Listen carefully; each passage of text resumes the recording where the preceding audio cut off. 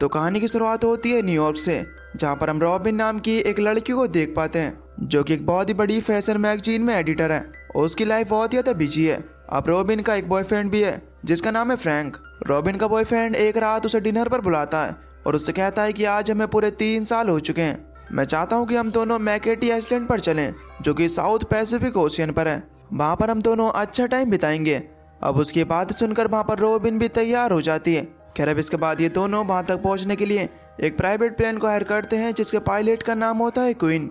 लेकिन यहाँ से निकलने से पहले क्वीन की गर्लफ्रेंड भी इन्हें ज्वाइन कर लेती है। अब जल्दी ये सभी लोग मैकेटी आइसलैंड पर पहुँच जाते हैं जहाँ पर पहले से बहुत सारे लोग मौजूद थे जो कि यहाँ पर अच्छा टाइम स्पेंड कर रहे हैं। खैर यहाँ पर पहुंचकर रॉबिन भी बहुत ज़्यादा खुश होती है। अब रात के समय में रॉबिन का बॉयफ्रेंड फ्रैंक उसे शादी के लिए प्रपोज करता है। ये देखकर रॉबिन भी बहुत ज़्यादा इमोशनल हो जाती है। खैर अब इसके बाद अगली सुबह रॉबिन के पास रॉबिन की बॉस का कॉल आता है जो कि रॉबिन से कहती है कि तुम्हें जल्द से जल्द हमारे पास आना होगा क्योंकि हमारे पास एक बहुत ही बड़ा फैशन शो आया है और हमारे इस फैशन शो में तुम्हारी बहुत ज़्यादा ज़रूरत है। हम चाहते हैं कि तुम इसे कवर करो और इसके बदले में तुम्हें प्रमोशन भी मिलेगा। अब रॉबिन को भी ये बात अच्छी तरीके से पता होती है कि ये उसकी ज़िंदगी में आगे बढ़ने का कितना बड़ा मौका है, इसलिए वो किसी भी तरीके से इस मौके को गंवाना नहीं चाहती। अब इसके बाद रॉबिन पायलट क्वीन के पास जाती है और उससे कहती है कि मैं चाहती हूँ कि तुम मुझे यहाँ से दूसरे आइलैंड पर ले जाओ जहाँ पर मुझे कुछ काम है। लेकिन पायलट क्वीन उससे साफ साफ मना कर देता है। लेकिन जब रॉबिन उसे थोड़े से पैसों का लालच देती है तो वो ये काम करने के लिए तैयार हो गया। इधर दूसरी तरफ रॉबिन के बॉयफ्रेंड फ्रैंक को जब ये बात पता चलती है तो वो पूरी तरीके से नाराज हो जाता है। लेकिन रॉबिन उसे किसी तरीके से समझाती है और उसे कहती है कि तुम टेंशन मत लो, मैं अपना काम खत्म करके जल्दी तुम्हारे पास आ जाऊंगी। खैर अब इसके बाद वो क्वीन के साथ उसके प्लेन में बैठकर यहाँ से निकल जाती है। खैर अब जब ये दोनों रास्ते में होते हैं तो वहाँ पर इनका प्लेन एक थंडर स्टॉर्म में फंस जाता है। क्वीन किसी तरीके से रेडियो की मदद से वहाँ पर मदद मंगाने की कोशिश करता है, लेकिन अब तभी अचानक से बिजली इनके प्लेन के ऊपर आकर गिरती है जिससे इनका कनेक्शन टूट जाता है। अब रॉबिन वहाँ पर बुरी तरीके से डर जाती है और अपनी एंजाइटी पल्स खाने लगती है जिसकी वो ओवरडोज ले लेती है, इसलिए वो धीरे धीरे कर बेहोश हो रही है।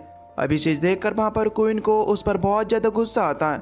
साथ ही वो देखता है कि अब उसके प्लेन का फ्यूल भी खत्म होने वाला है। हालांकि वो वापस लौटना चाहता था लेकिन अब उसके प्लेन में इतना फ्यूल नहीं है कि वो वापस उसी जगह पर चला जाए, इसीलिए अब वो ये तय करता है कि वो पास के आइलैंड पर अपने प्लेन को लैंड करेगा। अब वो उस आइलैंड पर पहुंच जाता है, लेकिन जब वहाँ पर लैंडिंग होती है तो एक पत्थर से टकराकर उसके प्लेन का एक साइड का व्हील टूट जाता है। खैर अब अगली सुबह जब तूफान पूरी तरीके से शांत हो जाता है तो क्वीन अपने प्लेन के पास बैठा था। वहीं दूसरी तरफ हमें रॉबिन को दिखाया जाता है जिस पर अभी भी उसकी दवाइयों का असर है, लेकिन वो जल्दी होश में आ जाती है। वो क्वीन से पूछती है कि क्या प्लेन पूरी तरीके से ठीक है।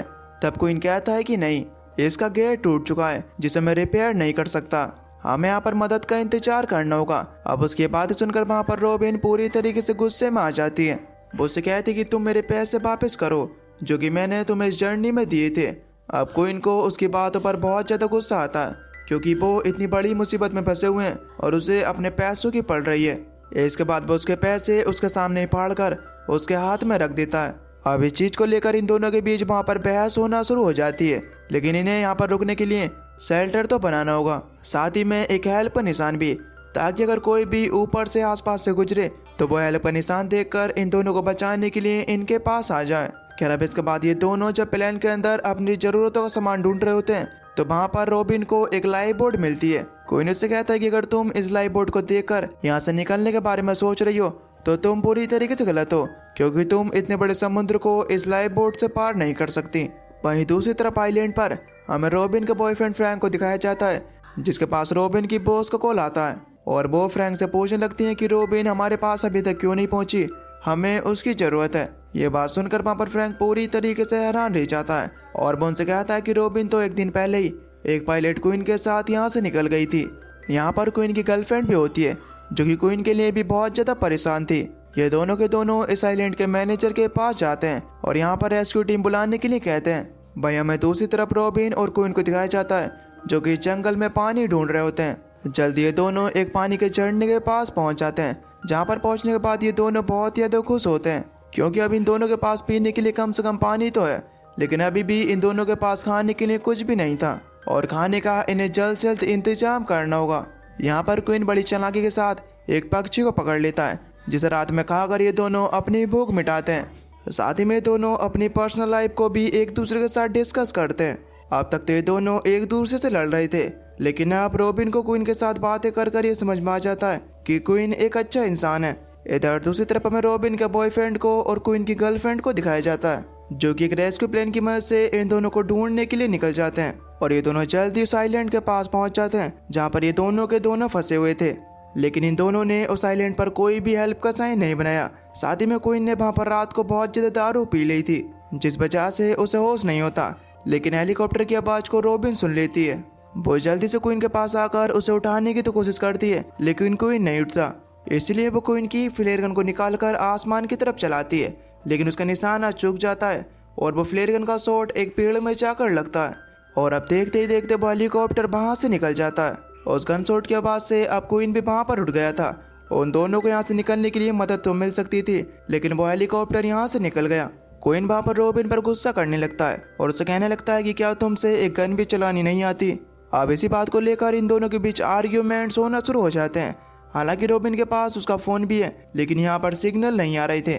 खैर अब इसके बाद ये दोनों ही फैसला करते हैं कि इन दोनों के सामने जो पहाड़ है ये इसके ऊपर चढ़कर यहाँ से निकलने का कोई रास्ता ढूंढेंगे और शायद वहाँ से आसपास में इन्हें कोई शिप दिखाई दे जा और वहाँ से रेस्क्यू हो सकें। खैर अब इसके बाद ये दोनों उस पहाड़ के ऊपर चढ़ना शुरू कर देते हैं, लेकिन तभी एक जगह पर मिट्टी नीचे धंस जाती है और रॉबिन नीचे गिर गई, लेकिन क्वीन उसे किसी तरीके से बचा लेता है। इसके बाद ये दोनों एक बार फिर से उस पहाड़ पर चढ़ना शुरू करते हैं। हालांकि ये पहाड़ चढ़ना इतना आसान नहीं है, लेकिन जैसे तैसे कर ये दोनों उस पहाड़ की ऊंचाई पर पहुंच जाते हैं, जहाँ से ये दोनों अपने चारों तरफ देख सकते हैं। ये देखते हैं कि इनके हर तरफ पानी होता है। लेकिन अब जब ये अपनी दूरबीन की मदद से समुद्र में देखते हैं तो वहाँ पर ये देख पाते हैं कि वहाँ पर एक शिप है, जिसे देखकर ये दोनों बहुत ज्यादा खुश हो जाते हैं। लेकिन वहाँ तक पहुँचना इन लोगों के लिए बिल्कुल भी ऐसा नहीं होगा, क्योंकि जिस पहाड़ पर ये चढ़कर आए अभी काफी समय तो उससे उतरने में ही लगेगा। लेकिन फिर भी ये दोनों जल्दी जल्दी उस पहाड़ पर से उतरते हैं और इन्हें उतरते उतरते रात हो जाती है।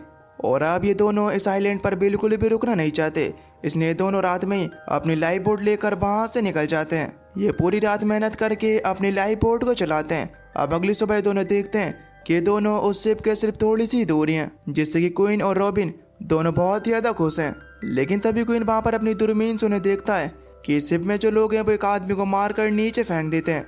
क्वीन उन्हें देखकर समझ जाता है कि ये पायरेट्स हैं जो कि समुद्र में दूसरे लोगों को लूटते हैं। इसलिए वो रॉबिन से कहता है कि तुम इन्हें इशारा मत करो, लेकिन अब तक वो लोग उन्हें देख चुके होते हैं। इसलिए पायरेट्स का जो लीडर होता है वो इन दोनों को पकड़ने के लिए अपने लोगों को भेजता है। क्वीन रॉबिन से कहता है कि हमें जल्द से जल्द किनारे तक पहुंचना होगा। अब ये किनारे तक पहुंचने लगते हैं, लेकिन इनकी बोट की जो स्पीड होती है वो बहुत ही ज़्यादा स्लो होती है और उनकी जो बोट थी वो बहुत तेज चल रही थी। वो पायरेट्स इनकी तरफ गोलियां भी चलाते हैं, जिससे कि इनकी बोट भी खराब हो जाती है। ये दोनों के दोनों पानी में गिर जाते हैं, लेकिन फिर भी जैसे तैसे करके उस आइलैंड तक पहुंच गए थे। अब वो पायरेट भी आइलैंड पर पहुंच गए। हालांकि ये दोनों उनसे बचकर भागने की तो कोशिश करते हैं, लेकिन वो पायरेट्स इन दोनों को पकड़ लेते हैं। अब इन दोनों को ये तो पता चल चुका है कि ये पायरेट्स इन दोनों को मार देंगे, लेकिन तभी रॉबिन इनसे कहती है कि हमारे पास बहुत सारा सोना है जो कि हमने इस आइलैंड पर कहीं पर छुपाया हुआ है। दरअसल वो अपनी जान बचाने के लिए उनसे झूठ बोल रही होती है। अब वो पायरेट्स भी उसकी बातों में आ जाते हैं। वो पायरेट्स उनसे कहते हैं कि हमें किसी भी तरीके से वो गोल्ड चाहिए। अब इसके बाद ये दोनों उन पायरेट्स को जंगल में घुमाना शुरू कर देते हैं और जैसे ही दोनों को मौका मिलता है तो ये दोनों वहां से भागने में कामयाब हो जाते हैं। हालांकि पायरेट्स इनका अभी भी पीछा कर रहा है। अब ये दोनों भागते भागते एक किनारे तक पहुंच जाते हैं।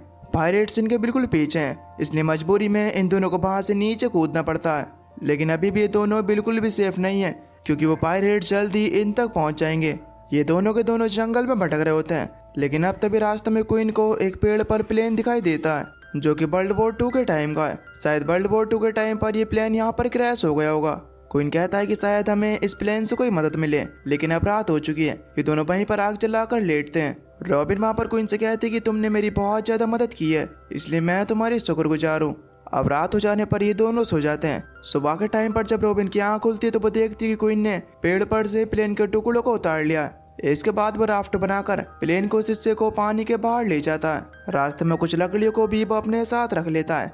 फिर अब इसके बाद ये दोनों जल्दी अपने क्रैश हुए प्लेन के पास पहुंच जाते हैं। दरअसल क्वीन अपने प्लेन को रिपेयर करना चाहता है ताकि ये दोनों जल्द से जल्द यहाँ से निकल सकें। अब वो अपने प्लेन को मॉडिफाई करके एक पानी पर चलने वाला प्लेन बना देता है, ताकि वो इस समुद्र को रनवे के तौर पर इस्तेमाल कर सके। वो अपने प्लेन को पूरी तरीके से तैयार कर देता है खैर अब इसके बाद ये दोनों जब यहाँ से निकलने ही वाले होते हैं तो पायलट्स इनके प्लान को देख लेते हैं।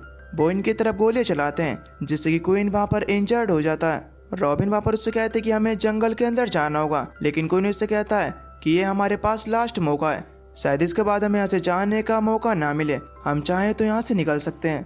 इसके बाद ये दोनों के दोनों प्लेन के अंदर बैठ जाते हैं। ये दोनों उस प्लेन को टेक ऑफ भी कर लेते हैं। पायलट्स इनके ऊपर तोफ के गोले से फायर करते हैं, लेकिन वो तोफ के गोले इनके सिर पर ही गिर जाते हैं।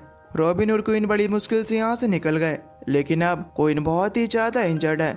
इसलिए वो रॉबिन से कहता है कि आप तुम्हें प्लेन चलाना होगा। वो प्लेन चलाने के बारे में उसे कुछ बातें बताता है। इसके बाद वह बेहोश हो जाता है। इधर दूसरी तरफ हम आइलैंड पर दिखाया जाता है कि क्वीन की गर्लफ्रेंड और रॉबिन का जो बॉयफ्रेंड है, ये दोनों के दोनों बहुत ही ज़्यादा परेशान है। दरअसल अब उन सभी ने मान लिया है कि उन दोनों की मृत्यु हो चुकी है, इसलिए उन दोनों की याद में वहाँ पर एक शोक सभा रखी जाती है। लेकिन अब तभी वो लोग आसमान में देखते हैं कि क्वीन का प्लेन इन्हीं की तरफ आ रहा है, जिसे रॉबिन चला रही है। रॉबिन जैसे तैसे करके उसे पानी के ऊपर लैंड कराती है। इसके बाद वो सभी लोग रॉबिन और क्वीन के पास आते हैं। वहाँ पर क्वीन को जल्दी से हॉस्पिटल में एडमिट किया जाता है, जहाँ पर उससे मिलने के लिए रॉबिन आती है। अब क्वीन को एहसास हो चुका है कि रॉबिन उससे प्यार करती है, लेकिन वो उससे कहता है कि तुम्हें एक दूसरा अच्छा लड़का मिल सकता है। साथ ही में जब ये दोनों आइलैंड पर फंसे हुए थे तो तब क्वीन की गर्लफ्रेंड और रॉबिन का बॉयफ्रेंड दोनों एक दूसरे के साथ इंटीमेट हुए थे, लेकिन अब भी जो रॉबिन का बॉयफ्रेंड है वो उससे शादी करना चाहता है। रॉबिन जब उसके पास जाती है तो वो उससे कहती है कि हमें अभी शादी के बारे में अभी थोड़ा और सोचना चाहिए, मुझे लगता है कि मैं किसी और को पसंद करती हूँ। अभी बात सुनकर वहाँ पर फ्रैंक को गुस्सा आ जाता है और वो उससे कहने लगता है कि ऐसे तो मैं भी किसी और को पसंद करता हूँ। अब यहाँ पर रॉबिन को यह समझ में आ जाता है कि जब ये दोनों आइलैंड पर फंसे हुए थे तो यहाँ पर फ्रैंक और क्वीन की गर्लफ्रेंड एक दूसरे के करीब आ गए थे, और अब रॉबिन ने डिसाइड कर लिया है कि वो अपने बॉयफ्रेंड फ्रैंक के साथ शादी नहीं करेगी। इधर दूसरी तरफ हमें क्वीन को दिखाया जाता है जिसे अभी एहसास हो चुका है कि उसे भी रॉबिन से प्यार है, इसलिए वो जल्दी से एयरपोर्ट तक भाग कर आता है।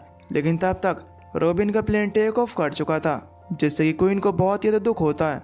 लेकिन अब जब अपने पीछे मुड़कर देखता है तो वो वहाँ पर देख पाता है कि वहाँ पर रॉबिन खड़ी है। दरअसल रॉबिन ने अपने बॉयफ्रेंड फ्रैंक के साथ जाने से इनकार कर दिया था, इसलिए वो प्लेन से उतर गई थी। और अब जब वो वहाँ पर क्वीन को देखती है तो वो बहुत ज़्यादा खुश होती है। क्वीन भी वहाँ पर रॉबिन के साथ अपने प्यार का इजहार करता है। अब ये दोनों मिलकर ये डिसाइड करते हैं कि ये दोनों हमेशा एक दूसरे के साथ रहेंगे। और दोस्तों इसी के साथ ये फिल्म, ये कहानी यहीं पर समाप्त हो जाती है। दोस्तों आपको ये मूवी कैसी लगी हमें नीचे कमेंट करके जरूर बताना, और अगर आपको वीडियो अच्छी लगी हो तो प्लीज़ वीडियो को एक लाइक जरूर कर देना। और अगर आप हमारे चैनल पर नए हो तो प्लीज़ चैनल को सब्सक्राइब कर बेल नोटिफिकेशन को ऑल पर सेलेक्ट कर देना, ताकि अगली वीडियो नोटिफिकेशन आपके पास सबसे पहले आ सके। तो चलिए मिलते हैं एक और न्यू इंटरेस्टिंग वीडियो में, तब तक के लिए till then take care, love you, bye bye.